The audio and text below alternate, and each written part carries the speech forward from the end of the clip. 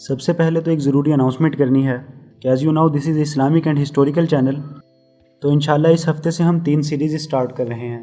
پہلی ہمارے نبی کریم صلی اللہ علیہ وسلم کی تمام زندگی، آپ کا بچپن، لڑکپن، نبوت، جوانی، آپ کا بیویوں کے ساتھ سلوک، بچوں کے ساتھ رویہ، صحابہ کو لیڈ کرنا، جنگوں میں شرکت، جنگوں میں کافروں کے ساتھ کیسا سلوک تھا، یعنی اوور آل لائف پر. اور آپ کو یہ بتاتا چلوں کہ یوٹیوب پہ یہ پہلی بار کیا جا رہا ہے. اور دوسری سیریز ہے ہمارے نبی کریم صلی اللہ علیہ وسلم کے احادیث، یعنی وہ تمام باتیں اور اسلامک رولز جن سے ہم اپنی لائف کو بیٹر کر سکتے ہیں اور خود کو اسلام کے قریب تر کر سکتے ہیں. اور تیسری سیریز بہت اسپیشل ہے، وہ یہ کہ ہم سب جانتے ہیں کہ قرآن اللہ کا بھیجا ہوا خط ہے جو ہمارے نبی کریم صلی اللہ علیہ وسلم کا معجزہ اور اللہ کی ایگزسٹنس کی دلیل ہے. لیکن اس خط کے عربک لینگویج میں ہونے کی وجہ سے ہم اسے سمجھ نہیں پاتے.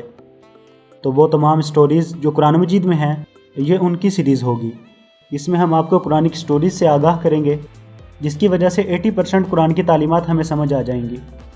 اور میں یہ بتانے پہ بہت خوش ہوں اور پراؤڈ فیل کر رہا ہوں کہ یوٹیوب پہ یہ پہلی بار کیا جا رہا ہے، اور امید ہے کہ اللہ تعالی ہم سے دین کا کام لیں.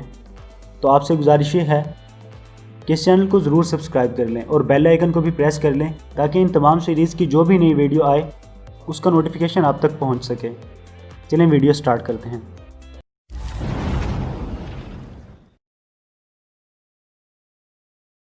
دوستوں، ہم اکثر سنتے ہیں کہ عورت میں وفا، محبت اور ایمانداری 100% بھری ہوتی ہے، اور وہ اپنی محبت کی خاطر اپنی وفا کو ثابت کرنے کے لیے کسی بھی حد تک جا سکتی ہے. اور اگر بات کی جائے ایمانداری کی تو عورتیں کرپشن کیسز، قتل، ڈکیتی اور ظلم کرنے جیسی داستانوں میں بہت کم ملوث ہوتی ہیں.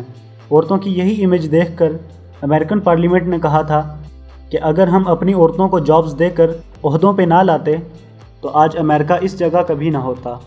لیکن تالاب میں اچھی مچھلیوں کی طرح ایک آدھ گندی مچھلی سے تالاب گندا ہو جاتا ہے.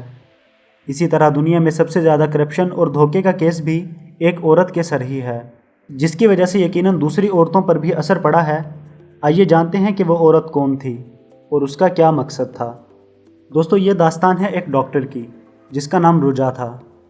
جون 2016 میں انگلینڈ کے مشہور ویمبلی ارینا میں 36 سالہ اس ڈاکٹر رجا نے پہلی تقریر کی. مکمل ویمبلی ارینا آڈینس سے بھرا ہوا تھا. یہ عورت کسی فلم انڈسٹری سے بلونگڈ تھی اور نہ ہی حکومت کی کارکن تھی، بلکہ یہ عورت اپنا ویژن لوگوں تک پہنچانے اور ان کی اٹینشن اور ہیلپ کی ریکویسٹ کر رہی تھی. یہ ویژن بٹ کوائن کی طرح ون کوائن کرپٹو کرنسی پر مشتمل تھا. آپ کو بتاتا چلوں کہ بٹ کوائن اس وقت کی سب سے مہنگی کرنسی ہے اور دنیا کے کروڑوں لوگ اس کو خرید چکے ہیں. اس کرنسی کا کوئی ایگزسٹنس یا فزیکل فارم نہیں ہے، بلکہ یہ کرنسی آن لائن ہے اور ڈیجٹس کی شکل میں آپ کے اکاؤنٹس میں ہوتی ہے. اندازہ یہی ہے کہ اگلے 50 سال تک نوٹ کرنسی ختم ہو جائے گی اور بٹ کوائن کرپٹو کرنسی دنیا پر راج کرے گی. لیکن ڈاکٹر رجا کا دعویٰ تھا کہ بہت جلد یہ بٹ کوائن کی ابھرتی ہوئی مقبولیت اور شہرت کو تباہ کر دے گی اور ون کوائن دنیا کی سب سے بڑی کرنسی بن جائے گی.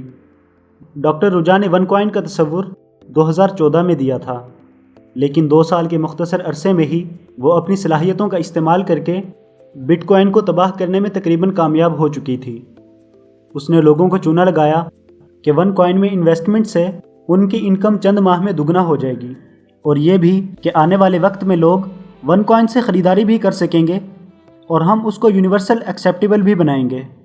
لیکن یہ اس وقت ہی پاسبل ہے جب ہم انویسٹرز کی ٹریفک میں اضافہ دیکھیں گے اور نیو ورلڈ آرڈر کو اپنے سامنے گھٹنے ٹیکنے پر مجبور کر دیں گے. ڈاکٹر رجا نے کئی ترقی یافتہ ممالک کا سفر کیا اور لاکھوں لوگوں تک اپنا ویژن پہنچایا. لوگ گھنٹوں تک اس عورت کی گفتگو اور آئیڈیاز سن کر امپریس ہوتے. صرف 3 سال کی انتھک محنت میں اس عورت نے یہ آئیڈیا کروڑوں لوگوں تک پہنچایا اور 20 لاکھ لوگوں نے اس میں انویسٹ بھی کیا. ملک پاکستان میں حمزہ شیخ خالد نے سعید اجمل اکیڈمی کے لیے 100 ون کوائن انویسٹ کیا تھا، اور بھی بہت سے لوگوں نے راتوں رات امیر ہونے کے سنہرے خواب سجائے تھے اور زندگی بھر کی جمع پونجی ڈاکٹر رجا کے اس ویژن پر قربان کر دی تھی. لیکن ایک بات جو سب سے انٹرسٹنگ ہے وہ یہ ہے کہ انویسٹرز جب بھی ون کوائن ویب سائٹ پہ اپنا اماؤنٹ دیکھتے تھے تو ان کے ڈیجٹس میں 10 گنا اضافہ ہوا ہوتا تھا، اور 1000 ون کوائن انویسٹر کا اماؤنٹ 10,000 ہو چکا ہوتا تھا. اس سے بھی حیرت انگیز بات یہ ہے کہ لوگوں کو ان کے ون کوائن کرپٹو کرنسی کے پروفٹ پہ